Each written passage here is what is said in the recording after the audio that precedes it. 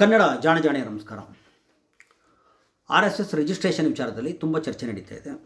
ಪ್ರಿಯಾಂಕಾ ಖರ್ಗೆ ಅವರೇ R S S ಚಡ್ಡಿಗಳನ್ನ ಪ್ರಶ್ನೆ ಮಾಡೋ ನೀವು ದೇಶದ ಪ್ರಧಾನಿ ಯಾವ ಥರ ಪ್ರಶ್ನೆ ಮಾಡಿದ್ರ? ಪಾಪ ಆರ್ ಎಸ್ ಎಸ್ ಏನು ತಿಳ್ಕೊತಾರೆ?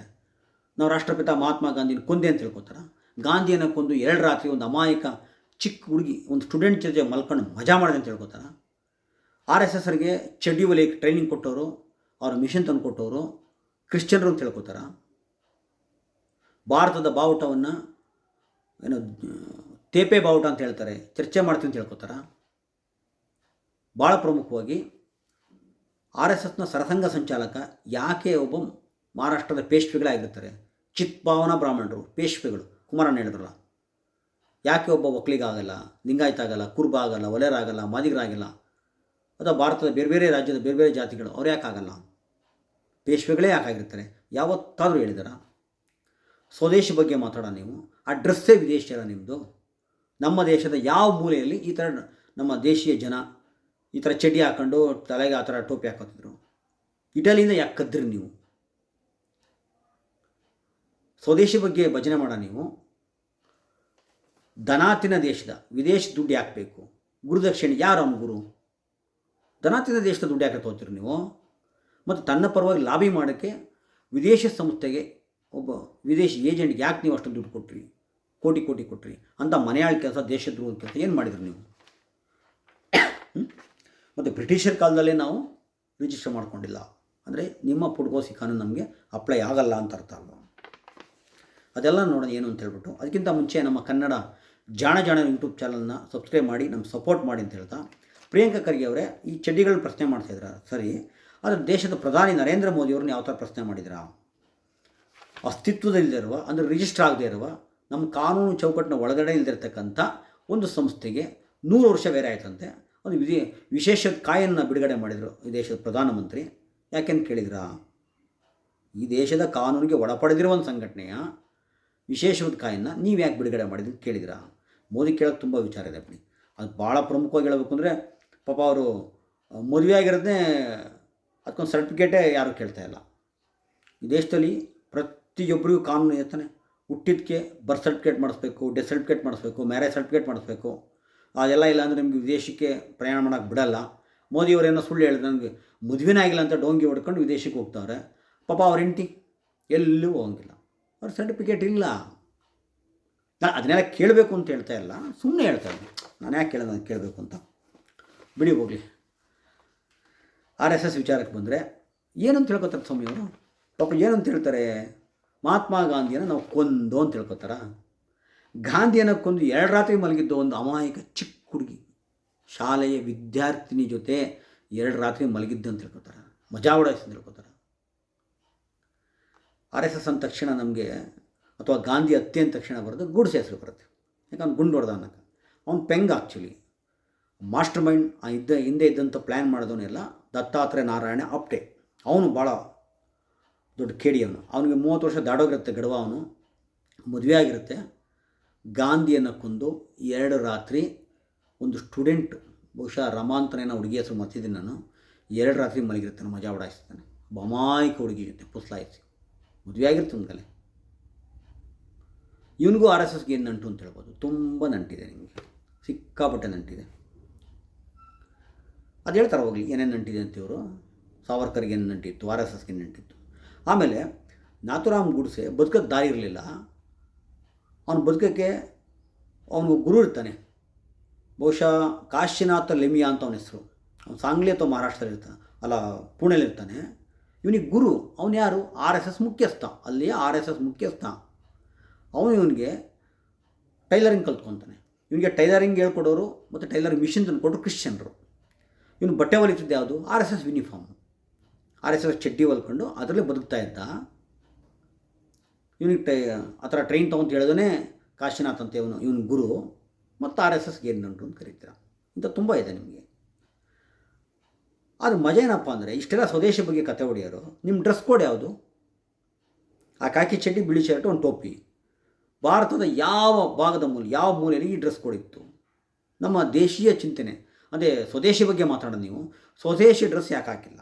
ಹೆಚ್ಚಿನ ಅಂಶ ನಮ್ಮ ರೈತಾಪಿ ವರ್ಗ ಬಿಳಿ ಪಂಚೆ ಉಟ್ಕೋತಾರೆ, ಇಲ್ಲಾಂದ್ರೆ ಕಚ್ಚೆ ಹಾಕೋತಾರೆ. ಅದು ಬೇರೆ ಡ್ರೆಸ್ ಕೋಡ್ ಇರುತ್ತೆ. ಇದೆಲ್ಲ ಇಟಲಿದು. ಸೋನಿಯಾ ಗಾಂಧಿ ವಿದೇಶಿ ಅಂತೇಳ ನೀವು. ಸೋನಿಯಾ ಗಾಂಧಿ ಅಜ್ಜಿ ತಾತ ಹೊಲಿತಿದ್ದ ಚಡ್ಡಿ ಅಂಗಿ ಟೋಪಿನೇ ಕದ್ಕೊಂಬಂದ್ರಲ್ಲ, ಯಾಕೆ ಕಾಪಿ ಮಾಡಿದ್ರಲ್ಲ ನೀವು? ನೀವು ಯಾವ ಸ್ವದೇಶಿ ನೀವು ಅಲ್ವ? ಅದೆಲ್ಲ ಹೇಳ್ತಾರೆ ಅವರೆಲ್ಲ, ಯಾಕೆ ಅಂತ ಹೇಳ್ಬೇಕಲ್ಲ ಅದೆಲ್ಲ. ನಿಮ್ಮ ಉತ್ತರ ಕೊಡಲ್ಲ. ಆಮೇಲೆ ಭಾಳ ಪ್ರಮುಖವಾಗಿ ನಮ್ಮ ಬಾವುಟವನ್ನು ತೇಪೆ ಬಾವುಟ ಅಂತ ಕರೀತಾರೆ ಅವರು. ನಮ್ಮ ಲಾಂಛನ ಇದೆಯಲ್ಲ ನಮ್ಮದು, ಸ್ವತಂತ್ರ ಬಂದು ಭಾಳ ವರ್ಷ RSS ಕಚೇರಿ ಮೇಲೆ ನಮ್ಮ ರಾಷ್ಟ್ರಧ್ವಜವನ್ನು ಹಾರಾಟ ಮಾಡಿರಲ್ಲ ಅವರು. ಆಗಸ್ಟ್ 10 ಆಚರಣೆ ಮಾಡಿರಲಿಲ್ಲ, ಯಾಕೆಂದರೆ ಒಪ್ಪಿರಲಿಲ್ಲ ಅವರು. ಬ್ರಿಟಿಷರ ಜೊತೆ ಚೆನ್ನಾಗಿದ್ದರು, ಅನುಕೂಲಗಳಿತ್ತು. ಇವು ಸ್ವತಂತ್ರ ಚಳವಳಿಯಲ್ಲಿ ಭಾಗವಹಿಸಿರಲಿಲ್ಲ. ಸ್ವತಂತ್ರ ಬರೋಕ್ಕಿಂತ ಮುಂಚೆನೇ 1925 RSS ಸ್ಟಾರ್ಟ್ ಆಗುತ್ತೆ, 47 ಸ್ವತಂತ್ರ ಬರುತ್ತೆ. ಆದರೂ ಸಹ RSS ಒಂದು ನಾಯಿನೂ ಸಹ ಸ್ವತಂತ್ರ ಚಳವಳಿಗೆ ಸತ್ತಿಲ್ಲ. ಇಂಡಿಯಾ ಗೇಟಲ್ಲಿ ಒಂದು ಹೆಸರು ಇಲ್ಲ. ಯಾಕೆ ಅಂತ ಹೇಳ್ಕೊತಾರ? ಒಂದು ಚಳವಳಿಯೂ ಸಹ ಅವ್ರು ಭಾಗವಹಿಸಿಲ್ಲ.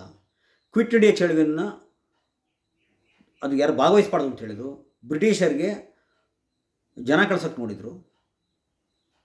ಇದೆಲ್ಲ ಹೇಳ್ಕೊತಾರೆ ಅವರು, ಹೇಳ್ಕೊಳ್ಳೋದು. ಮತ್ತು ಭಾಳ ಪ್ರಮುಖವಾಗಿ ಪೇಶ್ವೆ ಕುಮಾರಣ್ಣ ಮರಾಠಿ ಪೇಶ್ವೆ ಅಂತ RSSನ ಸರಸಂಘ ಸಂಚಾಲಕ ಮರಾಠಿ ಪೇಶ್ವೆ ಆಗಿರ್ತಾರೆ. ಪೇಶ್ವೆ ಬ್ರಾಹ್ಮಣನೇ ಆಗಿರ್ತಾನೆ. ಯಾಕೆ ಅಲ್ಲಿ ಒಕ್ಕಲಿಗರು, ಲಿಂಗಾಯತರು, ಕುರುಬರು, ಕುಂಬಾರರು, ಒಲೆಯರು, ಮಾದಿಗರು ಇವರೆಲ್ಲ ತುಂಬ ಜನ ಇದ್ದಾರಲ್ಲ, ಇವುಗಳನ್ನ ಯಾಕೆ ಸರಸಂಘ ಸಂಚಾಲಕ ಮಾಡಲ್ಲ? ಅದೇ ನಾರಾಯಣ ಸ್ವಾಮಿ ಚಡ್ಡಿ ಓದ್ಕೊಂಡ್ರಲ್ಲ, ಛಲವಾದಿ ನಾರಾಯಣ ಸ್ವಾಮಿ RSS ಚಡ್ಡಿ ಓದ್ತಿದ್ರಲ್ರಿ ತಲೆ ಮೇಲೆ ಅವರು. ಮತ್ತು ಎನ್ ಮಹೇಶ್ ಅಂತ ಒಬ್ಬ ಗಾಂಧಿನ ಬಾಯಿಂದ ಬೈಕಂತ ತಿರ್ಕೊಂಡು ಊರು ತುಂಬ ತಿರುಗ್ತಿದ್ದ. ಈಗ ಚಡ್ಡಿ ಹಾಕೋಣಲ್ಲ ಹೋಗ್ಬಿಟ್ಟಲ್ಲಿ. ನಾಚಿಕೆ ಮಾನ ಮರಿಲ್ಲದ ಸಾವರ್ಕರ್ ಪುಸ್ತಕ ಬಿಡುಗಡೆಲ್ಲ ಹೋಗಿ ಕತೆ ಹೊಡಿತಿದ್ದಾನೆ. ಅವತ್ತು ಕೇಸರಿ ಹಾಕಿ ಕೂತಾನಲ್ಲ, ಗಾಂಧಿ ಬೈತಿದ್ದನು. ಮಹೇಶ್ ಒಬ್ಬ ಏತ್ಲಾಡಿ ಅಯೋಗ್ಯ ಅವನು. ಅವನ್ನ ಯಾಕಪ್ಪ ಮಾಡಲ್ಲ ಸರಸಂಘ ಸಂಚಾಲಕನ? ಕೇಳಿದೇನಪ್ಪ ಮಹೇಶ್ ಅವತ್ತಾದರು?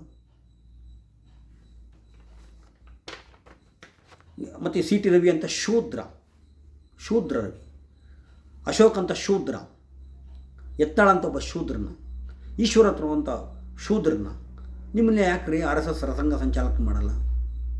ಕೇಳಿದ್ರಿ ಅವತ್ತಾರ? ನೀವು ಗುಲಾಮ್ಗಿರಿ ಮಾಡೋಕ್ಕಷ್ಟೇನಾ? ಅವ್ರ ಪುಡ್ಗೋಸಿ ತೊಳೆಯೋಕ್ಕಷ್ಟೇನಾ? ಭಾರತದ ರಾಷ್ಟ್ರಧ್ವಜ ತೇಪೆ ಅಂತೆ, ಇವ್ರದ್ದು ಲಂಗೋಟಿ ಕಟ್ಕೊಳಕ್ಕೆ ಚೆನ್ನಾಗಿದೆಯಪ್ಪ. ಆ ಕಡೆ ಒಂದು ತುದಿ ಈ ಕಡೆ ಒಂದು ತುದಿ ಗಂಟಾಕಕ್ಕೆ ಸಕ್ಕತ್ತಾಗಿದೆ. ಅಥವಾ ಲಂಗೋಟಿನ ಧ್ವಜ ಮಾಡ್ಕೊಂಬಿಟ್ರ ನೀವು? ಗುಲಾಮ್ಗಿರಿ ಆ ಲಂಗೋಟಿನ ವಾಶ್ ಮಾಡೋಕ್ಕಷ್ಟೇ ಇರೋದಂತ ನೀವು. ರಮೇಶ್ ಜಗಜಿಗ್ನಿ ಕರೆಕ್ಟಾಗಿ ಹೇಳಿರಿ ಅವರು. ದಲಿತ ಮನುಷ್ಯನಿಗೆ, ಖರ್ಗೆ ಅಂತ ದಲಿತ ಮನುಷ್ಯನಿಗೆ RSS ಚಿಂತೆ ಯಾಕೆ ಅಂದರೆ, RSS ಅವರು ಮನುಸ್ಮೃತಿಯನ್ನು ಇಷ್ಟಪಡೋರು.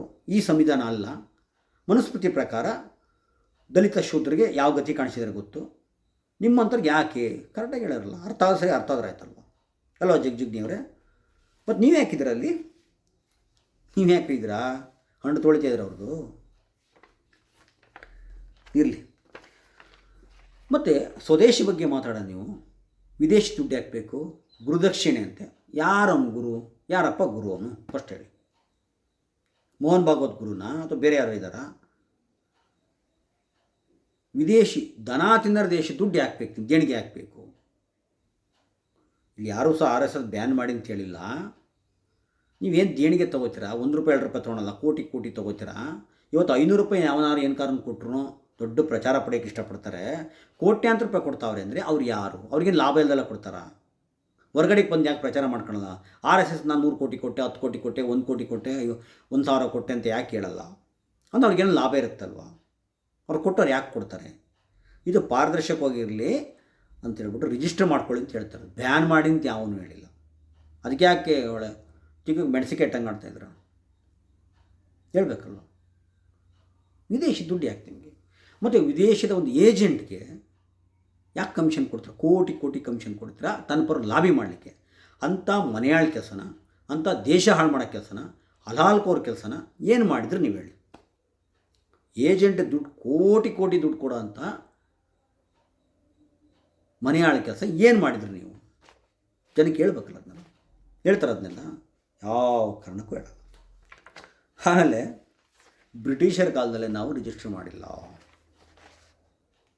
ಸ್ವತಂತ್ರ ಪೂರ್ವದಲ್ಲೇ ಇತ್ತು.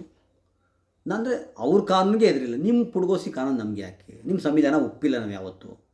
ಅವರು ಆರ್ಗನೈಸ್ ಪತ್ರಿಕೆಲ್ಲ ಬರ್ಕೊಂಡಿದ್ರು, ಈ ಸಂವಿಧಾನ ಒಪ್ಪಿರಲಿಲ್ಲ ಅವರು ಅಲ್ವಾ? ನಾವ್ಯಾಕೆ ಮಾಡಿ ನಿಮ್ಗೆ ಯಾಕೆ ಮಾನ್ಯತೆ ಕೊಡಬೇಕು ಅಂತ ಅರ್ಥ. ನಾವೇ ರೂಪಿಸ್ಕೊಂಡಿರುವ ಸಂವಿಧಾನ, ಒಂದು ಕಾನೂನು ಚೌಕಟ್ಟಿದೆ, ಎಲ್ಲರೂ ಸಹ ತಲೆಬಾಗಬೇಕು ಅಂತ ನಾವು ಹೇಳ್ತಾ ಇದ್ರೆ, ಇಲ್ಲ ನಾವು ತಲೆಬಾಗಲು ನಮ್ಮ ಸಂಬಂಧನೇ ಇಲ್ಲ.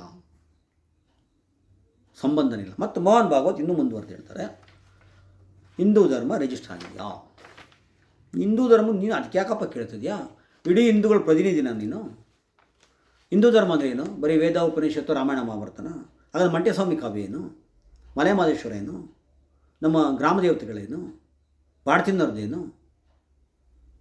ಏನು ವೇದ ಉಪನಿಷತ್ತು ಅಂದೆ ಅಷ್ಟೇ ಅಲ್ವಲ್ಲ? ಬಿಡಿ. ಅದಕ್ಕಿಂತ ಭಾಳ ಪ್ರಮುಖವಾಗಿ ಆ ಮನುಷ್ಯನಿಗೆ ಗೊತ್ತಿಲ್ಲ ಹಿಂದೂ ಧರ್ಮ ರಿಜಿಸ್ಟರ್ ಆಗಿದೆ. ಲಿಂಗಾಯತರು ಪ್ರತ್ಯೇಕ ಧರ್ಮ ಹೋರಾಟ ಏನು ಮಾಡ್ತಾವ್ರೆ? ಏನಂತ ಹೇಳ್ತಾವ್ರು? ಬೇಡಿಕೆ ಏನವ್ರದ್ದು? ಸಂವಿಧಾನದಲ್ಲಿ ಮಾನ್ಯತೆ ಕೊಡಿ, ಧರ್ಮದ ಮಾನ್ಯತೆ ಕೊಡಿ ಅಂತ. ಅಂದರೆ ಇವ್ರು ಕೇಳ್ತಾವ್ರೆ ಅಂದರೆ ಆಲ್ರೆಡಿ ಯಾವ ಧರ್ಮಗಳಿದೆ ಅವಕ್ಕೆಲ್ಲ ಮಾನ್ಯತೆ ಇದೆ ಅಂತ ಅರ್ಥ ಅಲ್ವಾ? ಹಿಂದೂ, ಕ್ರಿಶ್ಚಿಯನ್, ಮುಸ್ಲಿಂ, ಪಾರ್ಸಿ, ಜೈನ, ಸಿಖ್ ಇದಕ್ಕೆಲ್ಲ ಮಾನ್ಯತೆ ಇದೆ ಅಂತಲೇ ನಮಗೆಲ್ಲ ಕೊಡಿ ಅಂತ ಕೇಳ್ತಾ ಇರೋದು. ಅಂದರೆ ಮಾನ್ಯತೆ ಇದೆ, ಹಾಗಾಗಿ ರಿಜಿಸ್ಟರ್ ಮಾಡ್ತೀವಾಗ. ಈಶ್ವರಪ್ಪ ಕೇಳ್ತಾಯಿದ್ರು, ನಿನಗೆ ಏನು ಯೋಗ್ಯತೆ ಇದೆ ನಿನಗೆ ಮೋಹನ್ ಜಿ ಭಾಗವತ್ ಪ್ರಶ್ನೆ ಮಾಡೋಕ್ಕೆ? ಅವನು ಯಾರಪ್ಪ ಹೋಗಲಿ ಹೇಳಿ? ಪ್ರಿಯಾಂಕಾ ಖರ್ಗೆ ಏನು ಯೋಗ್ಯತೆ ಅಂದರೆ ಈ ಕನ್ನಡ ನಾಡಿನ ಗೃಹ ಮಂತ್ರಿ. ಒಪ್ಪಲಿ ಬಿಡಲಿ ಎಲ್ಲರಿಗೂ, ನಿಮ್ಗೆ ಈಶ್ವರಪ್ಪಂಗೂ ಗೃಹ ಮಂತ್ರಿ, ನನಗೂ ಬಂದು ನಾನು ಒಪ್ಪಲಿ ಬಿಡಲಿ, ಮೋದಿ ನನಗೂ ಪ್ರಧಾನಿನೇ. ಈ ಮೋಹನ್ ಜಿ ಭಾಗವತ ಯಾರು? ಅವನು ಯಾವ ತೋಲಾಂಡಿ? ಅವನು ಈ ದೇಶಕ್ಕೆ ಏನು ಕಾಂಟ್ರಿಬ್ಯೂಷನ್? ಅವನು ಏನು ಉದ್ದಲಿದ್ದಾನೆ? ಅವನಿಗೆ ಯಾಕೆ ಐ ಸೆಕ್ಯೂರಿಟಿ ಕೊಡಬೇಕು? ನಮ್ಮ ಟ್ಯಾಕ್ಸಲ್ಲಿ ನೀವು ದುಡ್ಡು ತೊಗೋತೀರಂತೆ, ಟ್ಯಾಕ್ಸ್ ಕಟ್ಟಲ್ವಂತೆ. ನಿನಗೆ ಸೆಕ್ಯೂರಿಟಿ ಕೊಡೋದು ನಮ್ಮ ಟ್ಯಾಕ್ಸಲ್ಲಂತೆ. ಇದೇನು ರೀ ಇದು? ಯಾವನಾರು ಒಂದು ಕೇಳಿದಾರ? ಅದು ಹೇಳ್ತಾರೆ ಹೋಗಲಿ. ಕೋಟಿ ಗುರುದಕ್ಷಿಣೆ ತಗೋತಾರಂತೆ. ಚಿತ್ರಾಂಗ ಲಾಟ್ರಿ ಹೊಡಿತಿದ್ರು ಒಂದು ಕಾಲದಲ್ಲಿ ಇವರು. ಈ ಊರಲ್ಲಿ ಊಟ ತಿಂಡಿ ಕೊಟ್ಟು ಬಸ್ ಚಾರ್ಜ್ ಕೊಡೋದು 300 ಕಳಿಸೋದು. ಅವನು ಊಟ ತಿಂಡಿ ಕೊಡೋದು ಬಸ್ ಚಾರ್ಜ್ ಕೊಡೋದು 300 ಹೋಗ್ತೀವಿ. ಹಿಂಗಿದ್ದವ್ರು ಇವತ್ತು ಪಂಚತಾರ ಜೀವನ, ವಿದೇಶ ಪ್ರವಾಸಗಳು, ನಿಮ್ಗೆ ಕೋಟಿ ಬೆಲೆ ಬಾಳೋ ಬಿಲ್ಡಿಂಗ್ಗಳು ಎಲ್ಲಿ ಬಂದುಬಿಡ್ತು? ಗುರುದಕ್ಷಿಣೆ ₹1 ₹2 ಕೊಟ್ಟಿದ್ರಾ? ಕೋಟಿ ಕೊಟ್ಟರು. ಯಾಕೆ ಕೊಟ್ಟರು? ನೆಟ್ಟ ಸಂಪಾದನೆ ಮಾಡೋರು ಕೊಡ್ತಾರಾ? ಕಳ್ಳರ ತಾನೇ ಕೊಡೋದು. ಆದರೂ ಅದಕ್ಕೆ ಟ್ಯಾಕ್ಸ್ ಇಲ್ವಂತೆ. ಈ ದೇಶದ ಬಡವರ ಟ್ಯಾಕ್ಸಲ್ಲಿ ಇವನಿಗೆ ಸೆಕ್ಯೂರಿಟಿ ಅಂತ ಬೆದರಿಕೆ ಏನಿದೆ ಇವನಿಗೆ? ಅಥವಾ ಇವನು ಕಾಂಟ್ರಿಬ್ಯೂಷನ್ ಏನು? ಯಾರು ಇವನು? ರಿಜಿಸ್ಟ್ರೇ ಆಗಿದ್ರೆ ಸಂಘಟನೆ ಅಂತ ಹೇಳ್ತಾರೆ. ಮತ್ತು ಯಾರು ಇವನು? ಇಲ್ಲ, ಮೂಲಭೂತ ಪ್ರಶ್ನೆಗಳಲ್ವ? ಉತ್ತರ ಕೊಡ್ತಿರೋದಕ್ಕೆಲ್ಲ ಎಲ್ಲ ಉತ್ತರ ಕೊಡಲಿ ಅಂತ ನಾವು ನಿರೀಕ್ಷೆ ಕೊಡಲ್ಲ. ಆದರೂ ಅಟ್ಲೀಸ್ಟು ಇಲ್ಲಿರುವ ಮತ್ತೆ ಹೇಳ್ತೀನಿ, ಈ ವಲಯರು, ಒಕ್ಕಲಿಗರು, ಕುಂಬಾರರು, ಕುರುಬರು, ಗೌಡರು, ಲಿಂಗಾಯತರು ಇವರೆಲ್ಲರೂ ಸಹ ನೀವು ಯಾವತ್ತೂ ಆಗ್ತಾರೆ. ಸಿ ಟಿ ರವಿ ಆದಷ್ಟು ಬೇಗ ಸರಸಂಘ ಸಂಚಾಲಕ ಆಗಿ ಕೇಳಿ. ಯಾಕಾಗಲ್ಲ? ಅವ್ರು ಮಾತ್ರ ಯಾಕೆ? ಪೇಶ್ವೆಗಳು ಯಾಕೆ? ನಮ್ಗೆ ಯಾಕೆ ಕೊಡಲ್ಲ? ಭಾಳ ಕಮ್ಮಿ ಪರ್ಸೆಂಟ್ ಇರೋ ಜನನೇ ಪದೇ ನಿಮ್ಮನ್ನು ಯಾಕೆ ಆಡಬೇಕು, ಆಡಳಿತ ಮಾಡಬೇಕು? ದಯವಿಟ್ಟು ಎಲ್ಲರೂ ಆ ವಿಚಾರದಲ್ಲಿ ಕೇಳಿ ಅಂತ ಹೇಳ್ತಾ ನನ್ನ ಮಾತು ಮುಗಿಸ್ತೀನಿ. ಎಲ್ರಿಗೂ ಸಹ ಶರಣು.